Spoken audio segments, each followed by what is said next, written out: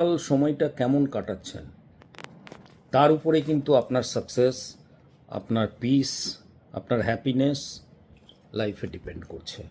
এটা এখনকার যারা সর্বাধুনিক মোটিভেশনাল গুরু তারা বলছেন।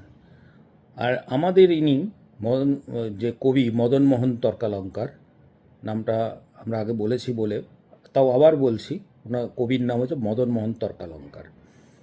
তিনি নদিয়া জেলার লোক ছিলেন। তো উনি উনি তো বিগেস্ট মোটিভেশনাল গুরু আমার মতে। দীর্ঘকাল ধরে মানুষকে উনি এইভাবে আলোকিত করে এসছেন এই কবিতার মাধ্যমে। যাই হোক, কবিতাটা আমি ছোট্ট করে পড়ে নিই। পাখি সব করে রব, রাতি পোহাইল, কাননে কুসুম কলি সকলই ফুটিল। রাখাল গরুর পাল লয়ে যায় মাঠে, শিশুগণ দেয় মন নিজ নিজ পাঠে।